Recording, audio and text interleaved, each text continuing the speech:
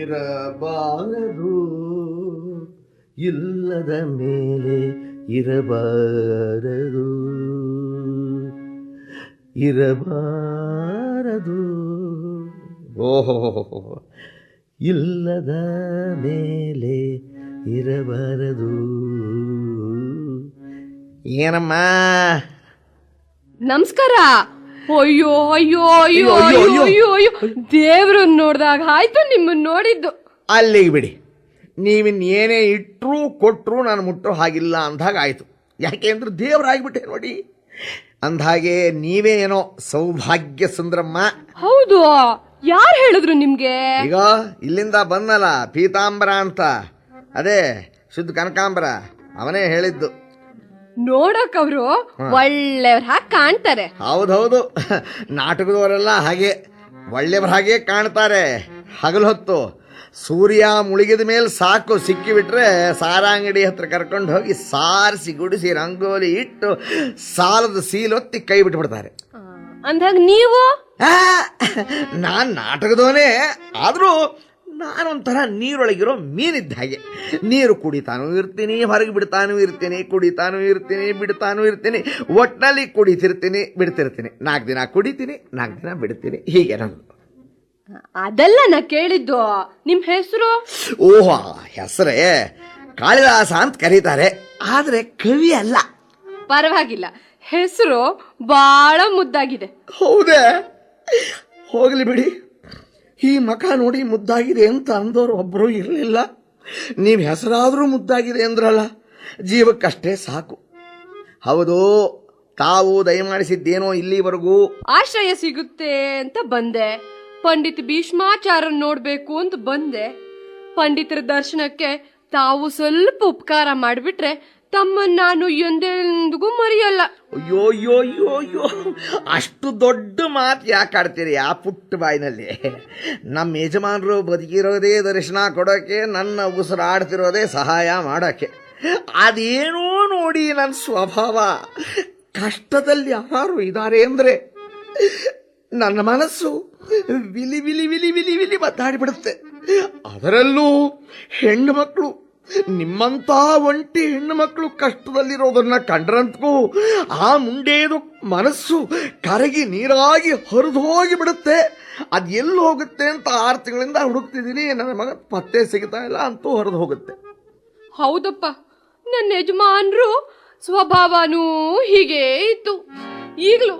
ಈಗಲೂ ನಿನ್ನ ಮುಖ ನೋಡಿದ್ರೆ ಸಾಕು, ಥಟ್ಟನೆ ಅವ್ರಿಗೆ ಜ್ಞಾಪಕ ಬರುತ್ತೆ ಅಂತೀರಾ? ಬರಲಿ ಬಿಡಿ, ಅದು ತಾನಾಗೆ ಬರ್ತೀನಿ ಅಂತ ಬರ್ತಿರುವಾಗ ನಾನು ಬೇಡ ಅಂದ್ರೆ ಬಿಡುತ್ತೀಯೇ? ಅಂದಾಗೆ ಸೌಭಾಗ್ಯ ಸುಂದರಮ್ಮ. ಅಯ್ಯೋ, ಈಗ ಸೌಭಾಗ್ಯ ಒಂದು ಇಲ್ಲಪ್ಪ. ಅಯ್ಯೋ ರಾಮ, ಸೌಭಾಗ್ಯ ಸತ್ತವ್ರ ಹಿಂದೆನೆ ಹೋಗ್ಬಿಡುತ್ತೀಯೇ? ಅವ್ರು ಹೋಗ್ತಾರೆ, ಅದು ಇಲ್ಲೇ ಎಲ್ಲೋ ಓಡಾಡ್ತಿರುತ್ತೆ. ಕಷ್ಟಪಟ್ಟು ಹುಡುಕಿದ್ರೆ ಸಿಗುತ್ತೆ ಸೌಭಾಗ್ಯ. ನಾನು ಹುಡುಕಿ ಕೊಡ್ತೀನಿ, ಅದಿರಲಿ. ಸದ್ಯಕ್ಕೆ ಬರೀ ಸುಂದರಮ್ಮ ನೀ ಕರೆಯೋದಾದ್ರೆ ಆ ಕಡೆ ಅಕ್ಷರನೂ ಬೇಡ. ಅಂದ್ರೆ ನೀ ಹೇಳೋದು ಬರೀ ಸುಂದರ ಅಷ್ಟ್ ಸಾಕು ನೋಡು. ಸಾಕ? ಸುಂದರ? ಅಯ್ಯೋ ಮುಂಡೆ ಮಗನೇ, ನಮ್ಮಪ್ಪ ಬದುಕಿದ್ ನೋಡಿದ್ರೆ ಈ ಜೊತೆ ಅದೆಷ್ಟು ಆನಂದ ಪಡ್ತಿದ್ನು. ಸುಂದರ ಬಾ.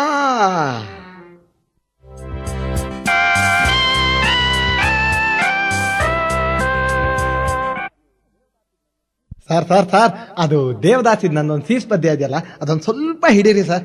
ಲೇ, ಅದನ್ನೇನ ನೀನ್ ಹಾಡೋದು? ಯಾವ್ದು ಹಾಡ್ತೀಯ ಈಗ ನಾಗೇಶ? ಪೀತಾಂಬರ, ನಿನ್ಗೆ ಯಾಕೋ, ಸುಮ್ಮನೆ ಕೇಳೋ.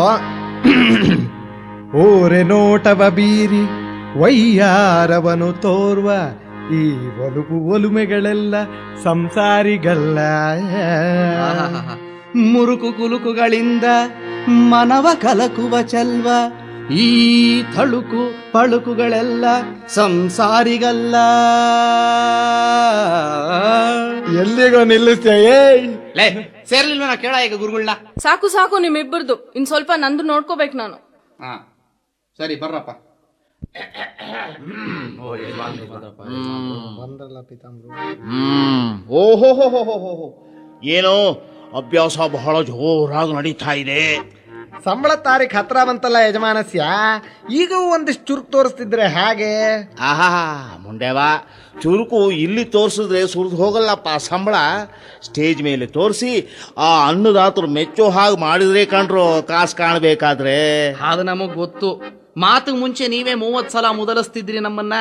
ನೀವು ಗಂಡು ಗೂಳಿಗಳು ಗಂಟ್ಲು ಹರ್ಕೊಂಡ್ರು ಅಲ್ಲ, ಮೈ ಪರ್ಚ್ಕೊಂಡ್ರು ಮಹಾಜನ ಮೆಚ್ಚೋದಿಲ್ಲ ಅಂತ. ಸತ್ಯ ಸತ್ಯ ಸತ್ಯವಾಗ್ಲೂ ಸತ್ಯ ಕಂಡ್ರು. ಯಾಕೆ ನೋಡ್ಲಿಲ್ವೇ, ಹೋದ್ಸಲ ಬಾದಾಮಿ ಹತ್ರ ಬನಶಂಕರಿ ಜಾತ್ರೆಯಲ್ಲಿ ನಮ್ಮದ್ರಂತಹ ದೊಡ್ಡ ಥಿಯೇಟರ್ನಲ್ಲಿ 3 ಕರ್ನಾಟಕವೇ ಹಿಡಿಸ್ತಿತ್ತು. ಆ ಬಂಡಿಗೇರಿ ಹಿರೇಮಠನಂಥ ಜುಜ್ಬಿ ಕಂಪನಿ ಒಂದೇ ಒಂದು ಕಚಡ ಕ್ಯಾಬರೆ ಮುಂದಕ್ಕೂ ಹೋಗಲಾರದೆ ಮುಲುಕುತ್ತಾ ಅಲ್ಲೇ ಬಿದ್ದು ಬಿಡ್ತಲ್ಲೋ.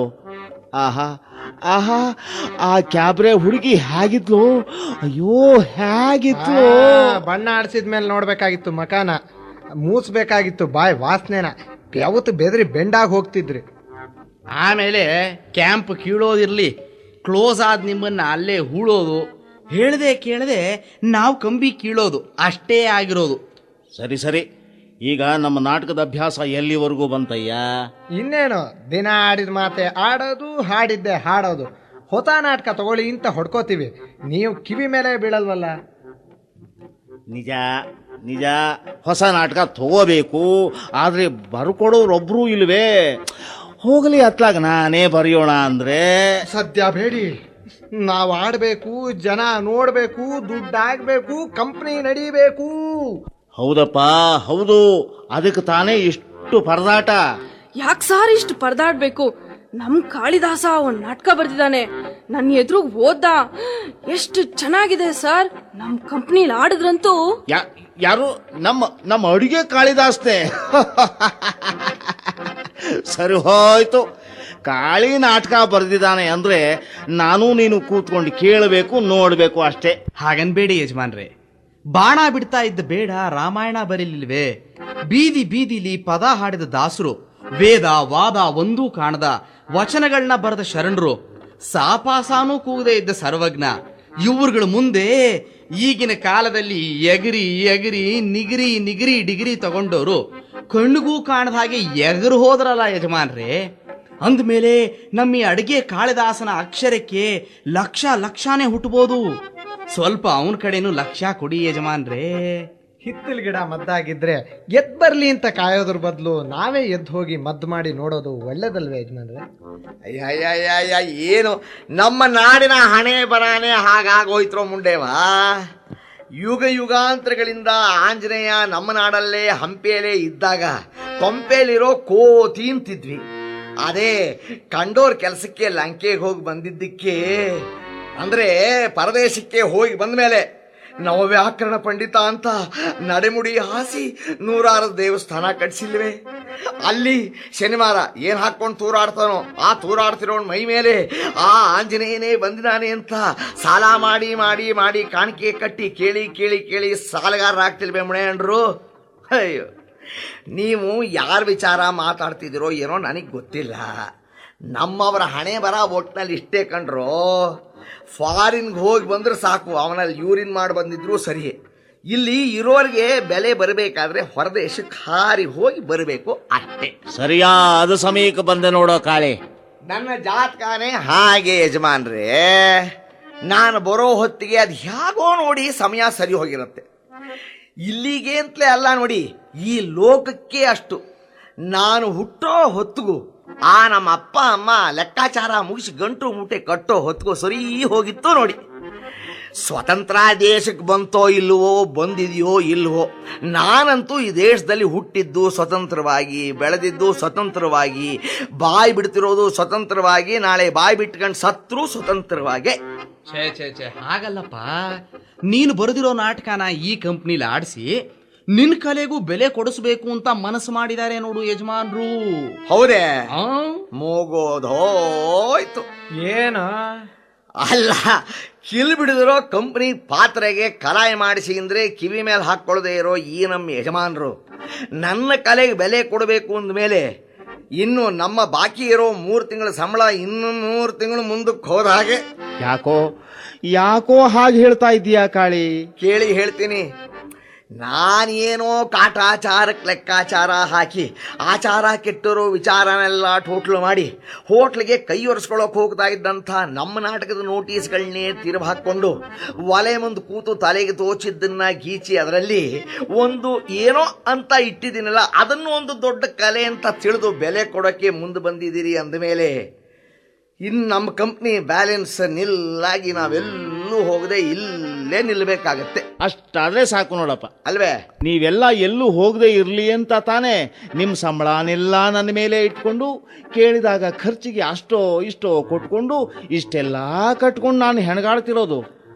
ಮತ್ತೆ ಅಷ್ಟಲ್ಲದೆ ನಮ್ಮ ನಾಟಕದ ಕಂಪ್ನಿ ಪಿತಾಮಹರು, ಆ ಪುಣ್ಯಾತ್ಮರು, ಮಹಾನುಭಾವರು ತಮ್ಮ ಅನುಭವದ ಮಾತಾಡಿಲ್ವೇ? ಕಂಪನಿ ನಡಿಬೇಕಾದ್ರೆ, ಯಜಮಾನಕ್ಕೆ ಉಳಿಬೇಕಾದ್ರೆ ಕಲಾವಿದರ ಕೈಗೆ ಕರೆಕ್ಟಾಗಿ ಕಂಪ್ಲೀಟ್ ಸಂಬಳ ಕೊಡಬಾರ್ದು, ಹೊತ್ತಿಗೆ ಸರಿಯಾಗಿ ಊಟ ಹಾಕಬಾರ್ದು ಅಂತ ನ್ಯಾಯವಾಗಿ ಹೇಳಿದೆ ನೋಡು. ಹಾಗಿದ್ರೆ ಇದ್ದ ಕಡೆನೆ ಇದ್ದುಕೊಂಡು ಬಿದ್ದು ಗೋಳೆನ ಹಾಕ್ತಾರೆ ಅಂತ ಗಾದೆ ಮಾಡಿರೋದು. ಅಂದ ಹಾಗೆ ಮರ್ತಿದ್ದೆ ನೋಡಿ ಯಜಮಾನ್ರೇ. ಏನಪ್ಪ? ಬೇರೆ ಗೋಡೆ ಹಾಕೋ ಪ್ರಯತ್ನಕ್ಕೆ ಮುಂಚೆ ಈಗ ಇರೋ ಗೋಡೆ ಹಿಂದೆ ಯಾರೋ ಒಬ್ಬರು ಬಂದು ನಿಂತಿದ್ದಾರೆ ನಿಮ್ಮನ್ನ ನೋಡೋಕೆ, ಕಂಪನಿಗೆ ಸೇರೋಕೆ. ಯಾರೋ ಅದು ಕಾಳಿ? ಹೆಂಗಸೋ ಗಂಡ್ಸೋ? ಯಾರೋ ಗಂಡಸನ್ ಕಳ್ಕೊಂಡ್ರೋ ಹೆಂಗಸು. ಹೆಂಗಸು ಹೆಸರೇನಂತೆ? ಸೌಭಾಗ್ಯ ಸುಂದರಮ್ಮ ಅಂತ. ಲೋ ಕಾಳಿ, ಆ ನಾನ್ ನೋಡಿದಾಗ ಸೌಭಾಗ್ಯ ಇರ್ಲಿಲ್ವಲ್ಲೋ? ಏನ್ ನಾನಿಟ್ ಕರ್ಕೊಂಬನ್ನೆ? ಇದಕ್ ಮೊದ್ಲು ನೀನ್ ನೋಡಿದ್ಯಾ ಅನ್ನೋ? ಅವನ ವಂಶಕ್ಕೆ ಬಂದು ಕುಲು ಕಸಬು ಬಿಡ್ತಾನೆ ಅವನು. ಅದಿರ್ಲ ಕಾಳಿ, ವಯಸ್ಸೆಷ್ಟೋ? ಅದೆಲ್ಲ ಪರವಾಗಿಲ್ಲ, ಒದಗ್ತಾಳೆ ಪಾರ್ಟಿಗೆ ಕಣ. ವಯಸ್ಸು ನೋಡಿ ಯಜಮಾನ್ರೆ, ಒಂದು ಪಕ್ಕದಿಂದ ನೋಡಿದ್ರೆ 17 ಕಾಲು, ಅರೆ ಕಾಲು, 17.5 ಅಷ್ಟು ಹೇಳ್ಬೋದು. ಅಯ್ಯೋ ಅಯ್ಯೋ ಅಯ್ಯೋ. ಹಿಂದೆ ನಿಂತ್ಕೊಂಡು ಆ ತಲೆ ತುರುಬು ಗಂಟು ನೋಡಿದ್ರೆ 18, 19 ಅಷ್ಟೇ ಹೇಳ್ಬೋದು. ಇನ್ನು ಮುಂದೆ ನಿಂತ ಮಖ ನೋಡಿಬಿಟ್ರೆ ಥು, ಆ ತಾಪತ್ರಯ ನನ್ಗೆ ಯಾಕೆ? ಕರ್ಕೊಂಬರ್ತೀನಿ, ನೀವೇ ನೋಡಿಬಿಡಿ ಅತ್ತ ಕಡೆ. ಸರಿ ಹೋತು. ಬರ್ಲಿ ಪ್ರಮೀಳಾ, ಗಂಡು ತಯಾರಾಗಿದೆ. ಅಲ್ಲ ಯಜಮಾನ್ರು ಮುಂದೆ ಅಷ್ಟೇ. ಬನ್ನಿ ಅಮ್ಮ, ಬನ್ನಿ. ಇವರೇ ನೋಡಿ ಅಮ್ಮ, ನಮಗೆಲ್ಲ ಯಜಮಾನ್ರು. ಋಣಾನುಬಂಧವಿದ್ರೆ ನಿಮಗೂ ಮುಂದೆ ಯಜಮಾನರಾಗೋರು ಇವರೇ. ಇವರಿಗೆ ಮೊನ್ನೆ ಬಂತು. ಏನು ಬಂತು? ಬೇಗ ಹೇಳೋ ಕಾಳಿ. ಬಿರುದು ನಾಟ್ಯ ಕವಿಕಲಾ ವಿಶಾರದ, ಚುಚ್ಚು ಮಾತಿನ ಬಿಚ್ಚು ಎದೆಯ ಶೂರ. ಬಿಚ್ಚದೆ ಅನಿಷ್ಟವೇ. ಕೆಚ್ಚದೆ, ಚುಚ್ಚದೆ ಅಂತ ಎಲ್ಲ ಇಲ್ವೇನೋ? ನಟರಿಗೆ ಕೆಚ್ಚದೆ, ನಟಿಯರಿಗೆ ಚುಚ್ಚದೆ, ಹೀಗೆಲ್ಲ ಇಲ್ವೇನೋ? ಹಾಗೆ ಇನ್ನು ಈ ಪಕ್ಷ ಮಾಸದಲ್ಲಿ ಕೊಡ್ತಾರೆ ಇವರಿಗೆ ಗ್ರಾಮ ಪ್ರಶಸ್ತಿ. ಮುಂದೆ ಇವರು ತಗೋತಾರೆ ರಾಜ್ಯ ಪ್ರಶಸ್ತಿ, ರಾಷ್ಟ್ರ ಪ್ರಶಸ್ತಿ. ಅಯ್ಯೋ ಅಯ್ಯೋ ಅಯ್ಯೋ ಅಯ್ಯೋ ಅಯ್ಯೋ ಅಯ್ಯೋ ಅಯ್ಯೋ ಅಯ್ಯೋ ಅಯ್ಯೋ. ಛಟ್! Nonsense Kalidasa, what is this ಅಯ್ಯಯ್ಯೋ ಅಂದ್ರ ಮುಂದಕ್ಕೆ ಹೇಳೋ ಸುಂದರ. ದೇವ್ರನ್ನ ನೋಡ್ದ ಹಾಗಾಯ್ತು ನಿಮ್ಮನ್ನ ನೋಡಿದ್ದು. ಲೋ ಕಾಳಿ, ಹಾ, ನನ್ನ ನೋಡ್ದಾಗ್ಲೂ ಹೀಗೆ ಅಂದಿದ್ಲಲ್ಲೋ ಇವಳು. ಹಾಗಂತಾನೆ ನನ್ನೂ ನೋಡಿದ್ಲಲ್ಲೋ ಇವಳು. ನೋಡಿ, ನಾನೊಬ್ಳು ಅನಾಥ್ಳು. ಸಣ್ಣ ವಯಸ್ಸಿನಲ್ಲೇ ನನಗ್ ಮದ್ವೆ ಮಾಡಿ ಕೈ ಬಿಟ್ರು. ಕೈಯಲ್ಲಿ ಬಿಟ್ರು, ಕೈ ಕಾಲು ಬಿಟ್ರು. ಸಂಸಾರ ಅಂದ್ರೆ ಏನು ಅಂತ ಕೇಳ್ದೆ. ಅಷ್ಟಕ್ಕೆ ನಮ್ಮ ಯಜಮಾನ್ರು ಹೋಗೇ ಬಿಟ್ರು. ಇನ್ ಯಾಕೆ ಕೇಳಿರ್ಬೋದು ಈ ಅಮ್ಮ? ಇನ್ ಮುಂದೆ ಎಲ್ಲಾನು ನೀವೇ ಅಂತ ನಂಬಿದೀನಿ. ಏನೂ ಮೋಸ ಆಗಲ್ಲ, ಪರವಾಗಿಲ್ಲ. ನಂಗೊಂದ್ ಸ್ವಲ್ಪ ಹಾಡೋಕು ಬರುತ್ತೆ. ಇಲ್ಲೂ ಅಷ್ಟೇ, ಎಲ್ರಿಗೂ ಅಷ್ಟೇ ಹಾಡಕ್ ಬರೋದು. ಮಿಕ್ಕಿದ್ದವ್ರು ಕಲಿಸ್ತಾರೆ. ಸಂಬಳ ಸಾರಿಗೆ ಒಂದು ಬೇಡ. ಇಲ್ಲಿ ಯಾರಿಗೆ ಕೊಡ್ತಿದ್ದಾರೆ ಅಂತಿದ್ದೀರಿ? 2 ಹೊತ್ತು ಊಟ ಹಾಕಿದ್ರೆ ಸಾಕು. ನಿಮ್ಗೆ ಪ್ರೀತಿ ಬಂದ್ರೆ 6 ತಿಂಗಳಿಗೆ 2 ಸೀರೆ ತಂದು ಕೊಡಿ. ಹೌದು, ಒಂದು ಹಾಸ್ಕೊಳಕ್ಕೆ ಒಂದು ಹೊದ್ಕೊಳಕ್ಕೆ. ಉಟ್ಕೊಳ್ಳೋಕೆ ಯಾಕೆ ಬೇಕು? ಅಡಿಗೆ ಕೆಲ್ಸನೂ ಬರುತ್ತೆ. ನಿಮಗೂ ಬೇಯಿಸ್ ಹಾಕಿ ನಾನು ತಿಂದ್ಕೋತೀನಿ. ಸದ್ಯ ನಿಮ್ಮನ್ನೇ ಬೇಯಿಸ್ಕೊಂಡು ತಿಂತೀನಿ ಅನ್ಲಿಲ್ವಲ್ಲ. ಅಯ್ಯೋ ಅಯ್ಯೋ ತಲೆನೋವು ಬಂತಲ್ಲೋ ಕಾಳಿ. ಮೊದ್ಲು ನನಗೂ ಬಂತು.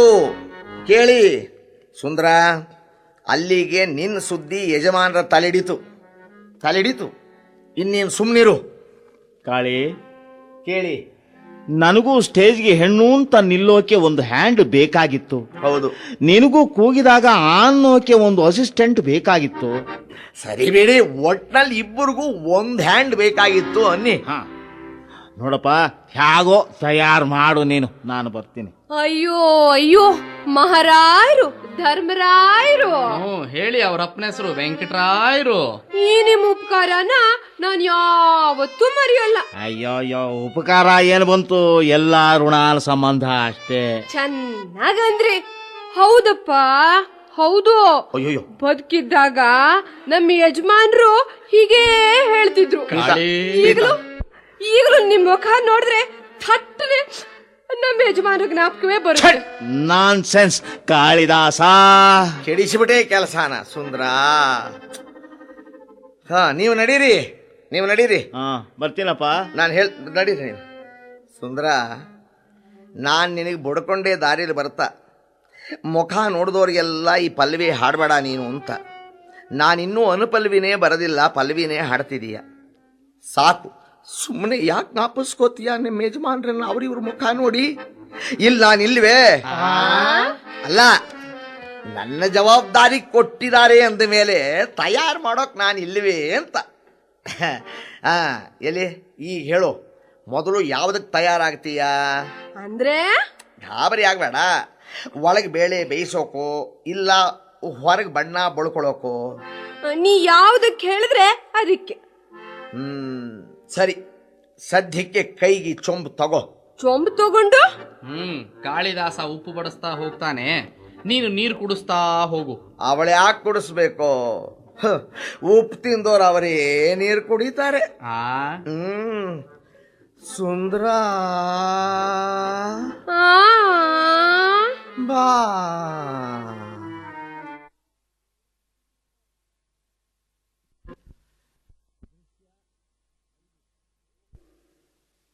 ಓಹೋ, ಪ್ರಮೀಳಾ, ಏನಿದು? ದಿನ ಪ್ರಾಕ್ಟೀಸ್ಗೆ ಅನಿಷ್ಟ ಅಂತ ಬಯಸ್ಕೊಂಡ್ರು ಸರಿ ಅಂತ ಅರ್ಧ ಗಂಟೆ ಲೇಟಾಗೆ ಬರ್ತಿದ್ದವಳು ಇವತ್ತು ಇಷ್ಟು ಬೇಗ ಬಂದ್ಬಿಟ್ಟಿದೆಯಲ್ಲ, ಏನ್ ಸಮಾಚಾರ? ಪೀತಾಂಬರ್, ಆ ಮುದಿಗೂಬೆ ಬರೋಕ್ ಮುಂಚೆನೆ ನಿನ್ನ ಹತ್ರ ಒಂದ್ ಸ್ವಲ್ಪ ಮಾತಾಡ್ಬೇಕಿತ್ತು. ಸದ್ಯ ನೀನ್ ಮುಂಚೆನೆ ಬಂದಿ, ತುಂಬಾ ಒಳ್ಳೇದಾಯ್ತು ನೋಡು. ಮುದಿಗೂಬೆ? ಓಹೋ, ಸರಿ, ಗೊತ್ತಾಯ್ತು ಬಿಡು. ಈ ಕಂಪ್ನಿ ಮಾಲೀಕರು, ಮ್ಯಾನೇಜರು, ಸರಿ ಮಾತುಗಟ್ಟು ಮಾಡಿಸುವ ಮೇಷ್ಟ್ರು ವಗೈರೆ ಪಂಡಿತ್ ಭೀಷ್ಮಾಚಾರ್ಯರು ಅವರ ಪಾಂಡಿತ್ಯಕ್ಕೆ 3 ಪಿಂಡ ಇಟ್ರು. ಪೀತಾಂಬರ್, ಅವರ ನೋಟ ನಡತೆ ನಂಗೊಂಚೂರು ಹಿಡ್ಸಲ್ಲ. ನೀನೇ ಹೇಳು, ನಾನು ಹೆಣ್ಣು, ಈ ಮುದುಕ ನಡೆಯೋದು ನುಡಿಯೋದು, ನಲಿಯೋದು ನುಲಿಯೋದು ಎಲ್ಲ ಅವನು ನನ್ನ ಮೈಕೈ ಹಿಡ್ಕೊಂಡೇ ತೋರಿಸ್ತಾನಲ್ಲ. ಅದೇ ಬೇರೆಯವ್ರು ಯಾರಾದ್ರೂ ಕೇಳಿದ್ರೆ ಕೈಲಿರೋ ಕೋಲ್ ತುದಿಲೇ ಕುಣಿಯೋದನ್ನ ತೋರಿಸ್ತಾನೆ. ಅನಿಷ್ಟದ ಅರ್ಥ ಏನ್ ಹೇಳು? ಅಂದ್ರೆ ಮಿಕ್ನಾದ್ದು ಅಲ್ಲ ಕನಿಷ್ಠ, ನೀನೇ ಶ್ರೇಷ್ಠ, ಅದೇ ನಂಗೆ ಇಷ್ಟ ಅಂತ ನೋಡು ಅದರ ಅರ್ಥ. ಅವನ ಇಷ್ಟ ಅಂತೆ, ಅವನ ಇಷ್ಟ. ನಾವು ಕಲಾವಿದ್ರು, ಕಷ್ಟಪಟ್ಟು ಕೆಲಸ ಮಾಡೋದು ಅವನ ಇಷ್ಟಪಡ್ಲಿ ಅಂತಲ್ಲ. ಕಷ್ಟ ಮರೆಯೋಕೆ ಬಂದಿರೋ ಕಲಾಭಿಮಾನಿಗಳು ಕ್ಷಣಕಾಲ ಮೈಮರ್ತು ಆನಂದ ಪಟ್ಟು ನಮ್ಮನ್ನ ಆಶೀರ್ವಾದ ಮಾಡ್ಲಿ ಅಂತ. ಓಹೋ, ಏನಪ್ಪ ಇದು? ಏನ್ರೋ ಇದೇನು ಪ್ರಾಕ್ಟೀಸ್ ಮನೇನೇನ್ರೋ?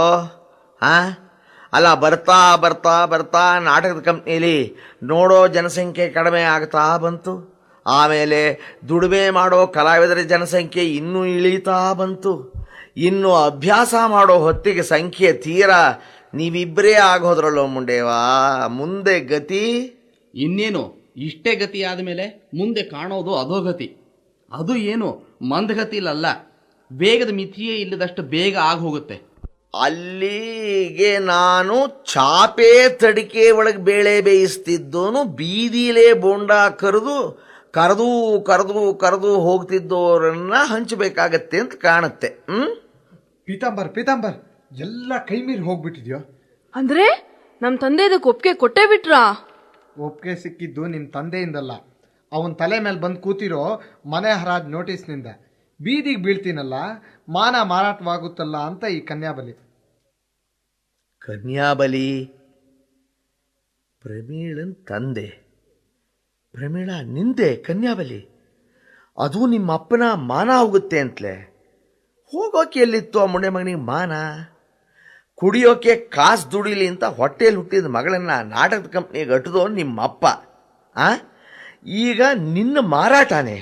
ಇನ್ನೊಬ್ನೇ ಮನಸ್ಸು ಮಾಡಿದ್ರೆ ಈ ಬಲಿಪೀಠದಿಂದ ನನ್ನ ಬಚಾವ್ ಮಾಡ್ಬೋದು. ನಿನ್ ಕಾಲಿಗೆ ಬೀಳ್ತೀನಿ, ನನ್ನ ಕೈ ಬಿಡ್ಬೇಡ. ಕಾಳಿದಾಸ, ಈಗ ನೀನೇ ದಾಸ ಕೈಬಿಟ್ಟು ಕಾಳಿಯೇ ಆದ್ರೆ ಮಾತ್ರ ಈ ರಂಗ ಕಲೆ ಕಲಿಯಾಗಿ ಉಳಿಯುತ್ತೆ ನೋಡು. ಇಲ್ದೇ ಹೋದ್ರೆ ತಲೆ ಇಲ್ದೇ ಇರೋರ್ಗೂ ತಲೆ ಹಿಡಿಯಕ್ಕೆ ಹೊರಟು ಬಿಡತ್ತೆ. ಬಿಟ್ರೆ ತಾನೇ ಹೋಗೋದು.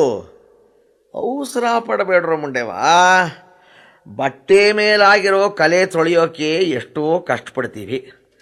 ಅಂಥದ್ರಲ್ಲಿ ಇಂಥ ಪವಿತ್ರ ಕಲೆ ಹೊಳೆಯೋಕೆ ತಲೆ ಓಡಿಸ್ಬೇಕು. ಓಡಿಸ್ತೀನಿ. ಆದರೆ ಇಲ್ಲ ಅಮ್ಮ ಪ್ರಮೀಳ, ನೀನು ಪಂಡಿತರ ಲಗ್ನ ಆಗಲೇಬೇಕಮ್ಮ. ಅದು ಬೇರೆ ದಾರಿ ಇಲ್ಲ ಕಣ್ರೋ, ಬೇರೆ ಮಾತಿಲ್ಲ. ಅದಷ್ಟೇ, ಮುಂದಕ್ಕೆ ನೋಡೋಣ. ಸದ್ಯಕ್ಕೆ ನೀನು ಪಂಡಿತನ ಮದುವೆ ಆಗಲೇಬೇಕಮ್ಮ ಪ್ರಮೀಳ. ಕಾಳಿ ಲೋ ಲೋ ಲೋ ಕಾಳಿ ಕಾಳಿ. ಅಷ್ಟೇ.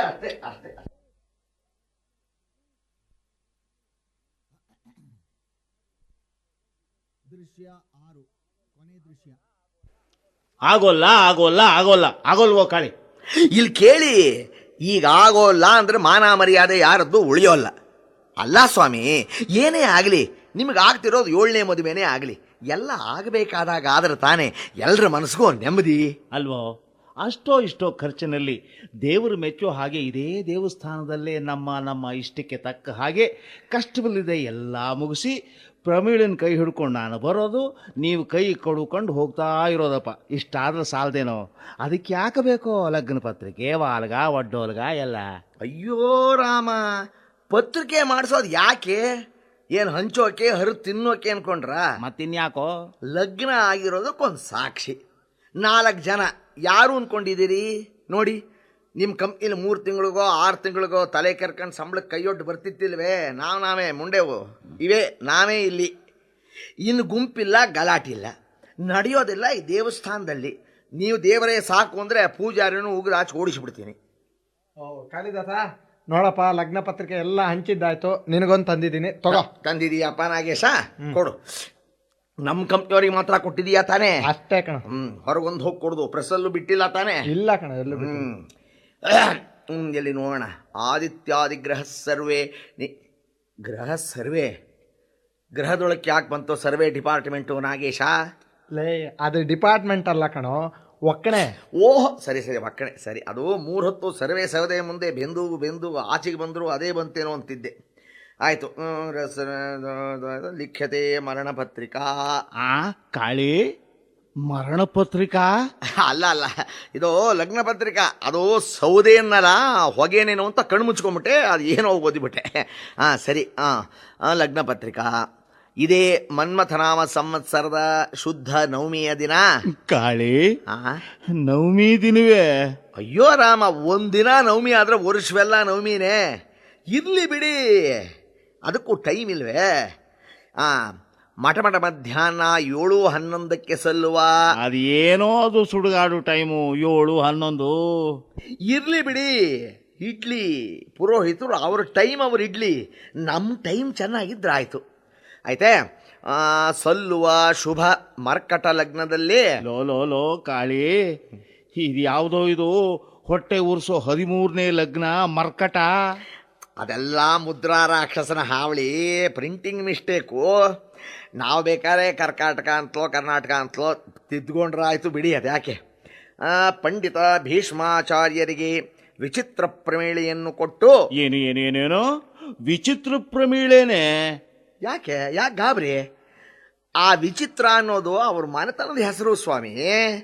ಯಾಕೆ ನೀವೇ ಕಾಣ್ರ ಅವರಪ್ಪನ ಹಗಲುಗುಡುಕ? ಅವನು ವಿಚಿತ್ರವಲ್ಲದೆ ಇನ್ನೇನು ಸಚಿತ್ರವೇ ಮುಂಡೆ ಮಗ? ಯಾಕೆ ಬೇಡ, ನಿಮ್ಮದೇ ತಗೊಳ್ಳಿ. ಭೀಷ್ಮಾಚಾರ್ಯರು ನಿಮ್ಮ ಹೆಸರು, ಹಿಂದೆ ಪಂಡಿತ ಅಂತಿಲ್ವೇ? ನೀವೇನು ಪಂಡಿತ್ರೆ ಸುಡುಗಾಡು? ಅದು ನಮ್ಮ ವಂಶದ ಹೆಸರು ಕಣ. ಹಾಗೆ ಅವರದ್ದು. ಇನ್ನು ಸರಿ, ಮಿಕ್ಕಿದ್ದೆಲ್ಲ ಸರಿಯಾಗಿದೆ ಬಿಡಿ. ಅಂದಾಗೆ ನಾಗೇಶು, ಎಲ್ಲೋ 7 ಕಾಲ ಆಯ್ತಲ್ಲೋ, ಎಲ್ಲೋ ಹೆಣ್ಣಿನ ಕಡೆಯವ್ರು ಇನ್ನೂ ಬರಲೇ ಇಲ್ವಲ್ಲೋ? ನೋಡಪ್ಪ, ಮುಹೂರ್ತ ಮೀರ್ ಹೋದಿತ್ತು. ಅಯ್ಯ ಸುಮ್ಮನಿರಿ, ಬಿಟ್ಟೇನೆ ನಾನು. ಕಾಳಿದಾಸ ಅಂದ್ರೆ ಮುಗದೇ ಹೋಯ್ತು. ಏನು ತಿಳ್ಕೊಂಡ್ರಿ? ಆಗೋ ಆಗೋ ಆಗೋ ಆಗೋ, ನೋಡಿ ನೋಡಿ ನೋಡಿ, ಶುಭ ಶಕನ, ಹೆಣ್ಣು ಬರ್ತಾ ಇದೆ, ಸಿದ್ಧವಾಗಿ ಬರ್ತಾ ಇದೆ. ಬನ್ನಿ ಬನ್ನಿ ಬನ್ನಿ. ಹೌದು, ಬರ್ತಾ ಇದೆ. ಇದೇನೋ ಹೆಣ್ಣಿನ ಜೊತೆ ಅವ್ರ ಅಪ್ಪನೇ ಇಲ್ವಲ್ಲೋ? ಬನ್ನಿ, ತಾಳಿ ಕಟ್ಟೋದು ಯಾರಿಗೆ? ಹೆಣ್ಣಿಗೋ ಅವ್ರ ಅಪ್ಪಂಗೋ? ಅಲ್ಲ ಸ್ವಾಮಿ, ಅವನು ಮೊದಲೇ ಕುಡುಕ. ಇಲ್ಲಿ ಬಂದು ಇನ್ನಷ್ಟು ತರಿಸ್ಕೊಡು ಅಂದರೆ ಈ ಪವಿತ್ರ ದೇವಸ್ಥಾನದಲ್ಲಿ ಅದು ಸಾಧ್ಯವೇ ಹೇಳಿ? ಅದಕ್ಕೆ ಅವನಿಗೆ ಅಲ್ಲೇ ಅಂಗಡಿ ಹತ್ರ 6 ಕ್ವಾರ್ಟರ್ ಹಾಕಿಸಿ 6 ದಿನವಾದರೂ ಅಲ್ಲಾಡಬಾರ್ದು ಹಾಗೆ ಏರ್ಪಾಡು ಮಾಡಿ ಬಂದಿದ್ದೀನಿ. ಎಲ್ಲಿ ಬನ್ನಿ ಬನ್ನಿ ಬನ್ನಿ, ಹೆಣ್ಣು ಕರ್ಕೊಂಬನ್ನಿ ನಾಗೇಶ. ಎಲ್ಲಪ್ಪ ಎಲ್ಲಿ? ಕರ್ಕೊಂಬ. ಹೇ ಕಾಳಿದಾಸ, ಏನ್ರಿ ಅದು ನಿಮ್ಮ ಅವಸರ ಸುಡುಗಾಡು? ಬಾರೋ ಇಲ್ಲಿ. ಏನ್ರಿ ನೀವು ನನಗೆ? ಅಲ್ವೋ, ನಮ್ಮ ಜನದಲ್ಲಿ ಹೆಣ್ಣಿಗೆ ಮುಸುಕು ಹಾಕೋಲ್ವಲ್ಲೋ, ಆದ್ರೆ ಇವಳಿಗೆ ಮುಸುಕು ಹಾಕಿದ್ದಾರೆ. ಅದು ಅವ್ರ ವಂಶದ ಪದ್ಧತಿ. ಕೆಲವರು ವಂಶದಲ್ಲಿ ಅದು ಇರುತ್ತೆ ಸ್ವಾಮಿ. ಇವಾಗ ತಾಳಿ ಕಟ್ಟಿದ ಮೇಲೆ ನೀವೇ ಮುಸುಕು ತೆಗಿಯೋಲ್ವೇ? ನೋಡೋಲ್ವೇ ಮುತ್ತೈದೇನಾ ಕರ್ಕೊಂಡು ಹೋಗೋಲ್ವೇ ತಾಳಿ ಕಟ್ಟಿದ ಮೇಲೆ? ಎಲ್ಲಿ? ತಾಳಿ ಕಟ್ಟಿ ನಾಗೇಶ ರಿಕಾರ್ಡ್ ಹಾಕ್ಸಪ್ಪ. ಮಂತ್ರದ್ದು ಅದು ಯಾವುದೋ ಸಿನಿಮಾ ಹೇಳಿದಿಲ್ಲ, ಅದು ಎಲ್ಲ ಹಾಕ್ಸು. ಜೋರಾಗಿ ಜೋರಾಗಿ ಜೋರಾಗಿ ಹಾಕ್ಸು.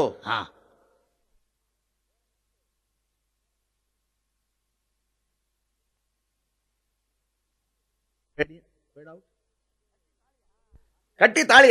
ಹಾಗೆ. ಎಲ್ಲಿ? ಕೈ ಕೈ ಹಿಡ್ಕೊಳ್ಳಿ ಯಜಮಾನ್ರೇ. ಏನೋ ತೆಗೀರಿ ಈಗ ಮುಸುಗನ್ನ, ಒಪ್ಪಿಸ್ಕೊಳ್ಳಿ ಮಾಲ್ನ. ಮುಸುಕ್ ತೆಗಿತೀನೋ ಕಾಳಿ?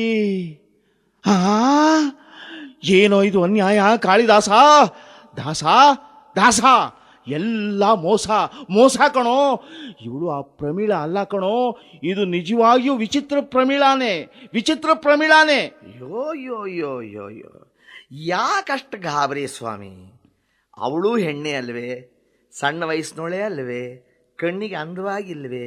ನಿನ್ನ ಹಣೆಯಲ್ಲಿದ್ದ ಕುಂಕುಮ ಕಳ್ಕೊಂಡು ಹೆಣ್ಕೊಂಡಿದ್ದ ಜಡೆ ಹೂವನ್ನ ಹೆಣದ ಮೇಲೆ ಹಾಕಿ ಕೊರಳಿ ಕಟ್ಕೊಂಡಿದ್ದ ಕರಿಮಣಿ ತಾಳಿನ ಗಾಳಿಗೆ ತೂರು ಬಿಟ್ಟು ಹುಟ್ಟಿದ ಮನೆಗೂ ಹೋದ ಮನೆಗೂ ಕೊಳ್ಳಿ ಇಟ್ಟು ಬಂದಿರೋ ಬದುಕಿರೋ ಈ ವಿಧವೆ ಸುಂದರಮ್ಮ ನನಗೆ ನನಗೆ ಸೌಭಾಗ್ಯವತಿ ಏನೋ. ಯಾಕಾಗಬಾರ್ದು ಯಜಮಾನ್ರೆ, ಯಾಕಾಗಬಾರ್ದು? ಕುಂಕುಮ ಹೂವು ತಾಳಿ ಅಂತ ಹೆಣ್ಣಿಗೆ ಅಲಂಕರಿಸಿದ್ದಕ್ಕೆ ಅಲ್ವೇ ಅದನ್ನೆಲ್ಲ ಕಳ್ಕೊಂಡವಳು ಅಂತ ಕಡೆಗಾಣಿಸೋದು ಈ ಸುಡುಗಾಡು ಸಮಾಜ? ಅದನ್ನೆಲ್ಲ ಅವಳಿಗೆ ಅಲಂಕರಿಸು ಅಂದೋರು ಯಾರು? ನಾವು, ನೀವೇ. ಅಂದರೆ ಗಂಡಸ್ರೇ ಅಲ್ವೇ? ಹಾಗಾದರೆ ಹೆಂಡತಿ ಕಳ್ಕೊಂಡು ಗಂಡ ಅಂದರೆ ಅದೇ ವಿದುರ ಅಳಿಸೋಕೆ ಕುಂಕುಮನೂ ಇಟ್ಕೊಂಡಿಲ್ಲ, ಕಿತ್ತಾಕೋಕೆ ತಾಳಿನೂ ಕಟ್ಕೊಂಡಿಲ್ಲ, ಹಿರಿದು ಎಸೆಯೋಕೆ ಹೂವು ಮುಡ್ಕೊಂಡಿಲ್ಲ. ಇವನೆಂಥ ನೀತಿವಂತ ಭಂಡ ಗಂಡ ಸ್ವಾಮಿ ಹೇಳಿ? ಆಗೋಗ್ಬೇಕು, ಭೋಗಕ್ಕೆ ಬಾಳನ್ನ ಬೆಳಗಿಸೋಕ್ಬೇಕು, ವಂಶನ ಬೆಳೆಸೋಕ್ಬೇಕು ಹೆಣ್ಣು. ಆದರೆ ಅವನು ಸತ್ತ ಮೇಲೆ ಅವಳು ಅವರಿವರು ಪಾಲಾಗಬಾರ್ದು ಅಂತ ಆ ಹೆಂಡತಿಗೆ ಈ ಶಿಕ್ಷೆನ, ಇಂಥ ನರಕನ? ಹೆಂಡತಿ ಹೆಣ ಎದುರಿಗೆ ಇಟ್ಟುಕೊಂಡು ಇನ್ನೊಂದು ಲಗ್ಗಕ್ಕೆ ಮುಹೂರ್ತ ಇಡಿಸ್ಕೊಳ್ಳೋ ಮುಂಡೆ ಮಗ ಹೇಳಿರೋದೇ ಶಾಸ್ತ್ರ, ಮಾಡಿರೋದೇ ಸೂತ್ರ, ಅದೇ ಧರ್ಮ, ಅದೇ ನ್ಯಾಯ ನೀತಿ ಅನ್ನೋದಾದರೆ ಅದಕ್ಕೆ ನನ್ನ ಹಳೆ 16 ಜೊತೆ ಜೋಡ್ ದಬ್ಬ ಹಾಕ್ತು. ತೆಗಿರಿ ಸ್ವಾಮಿ. ಇದು ಹೀಗಾಗೋ ಹೊತ್ತಿಗೆ ಇವತ್ತು ನೋಡಿ, ಮದುವೆ ಆದರೂ ಆ ಹೆಂಡತಿ ಕುಂಕುಮನೇ ಇಡೋಲ್ಲ, ಜಡೇನೆ ಹಾಕೋಲ್ಲ, ತಾಳಿ ತೆಗೆದು ತಗಲು ಹಾಕ್ತಾಳೆ ತಲೆ ಮೇಲಿನ ತೊಲೆಗೆ. ಬಿಡಿ ಸ್ವಾಮಿ, ಬಿಡಿ ಬಿಡಿ, ಇನ್ನಾದರೂ ಈ ಅನಿಷ್ಟ ಸಂಪ್ರದಾಯ ಬಿಡಿ. ಅರಿಶಿನ ಕುಂಕುಮ ಹೂವು ಹೆಣ್ಣಿಗೆ ಹುಟ್ಟುತ್ತಾನೆ ತಂದಿರೋ ಹಕ್ಕು. ಇನ್ನು ತಾಳಿ ಅದು ಆಕೆ ತವರು ಮನೆ ಆಸ್ತಿ ಸ್ವಾಮಿ. ಕೈಲಿರೋ ಉಂಗುರ ಕಳ್ಕೊಂಡ್ರೆ ಕಣ್ಣೀರಿಡೋದು ಎಷ್ಟೊತ್ತು? ಅಷ್ಟೇ. ತಿರ್ಗಾ ಬೇರೆ ಉಂಗುರ ಬರೋಲ್ವೇ ಬೆರಳಿಗೆ? ಹೆಣ್ಣಿನ ಕೊರಳಿಗೂ ಹಾಗೆ. ತಾಳಿ ಹೋಯ್ತು ಹೋಯ್ತು, ಸತ್ತ ಅಂತ ಅತ್ತ. ಬೇರೆ ತಾಳಿಯಿಂದ ಹಾಳಾಗೋ ಬಾಳನ್ನ ಬೆಳಗಿಸ್ಕೊಂಡ್ರಾಯ್ತು. ಅದು ಸಿಂಗಲ್ ಆದರೆ ಸಿಂಗಲ್ ತಾಳಿ, ಡಬ್ಬಲ್ ಆದರೆ ಡಬ್ಬಲ್ ತಾಳಿ. ಇನ್ನು ಕುಂಕುಮ ಬೇಕಾದ್ರೆ ಬಣ್ಣ ಸೈಜು ಬದಲಾಯಿಸಿದ್ರಾಯ್ತು.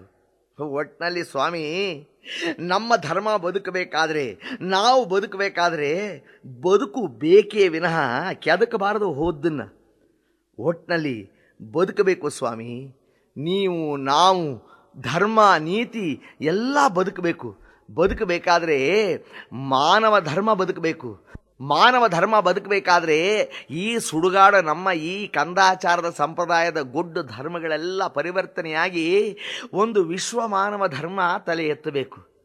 ಆಗ ನೋಡಿ ಬದುಕು ಭಾರತ ಎಲ್ಲ ಭವ್ಯವಾಗುತ್ತೆ. ಬದುಕಬೇಕು ಸ್ವಾಮಿ, ಬದುಕಬೇಕು. ಬದುಕು ಬೇಕು, ಬದುಕು ಬೇಕು.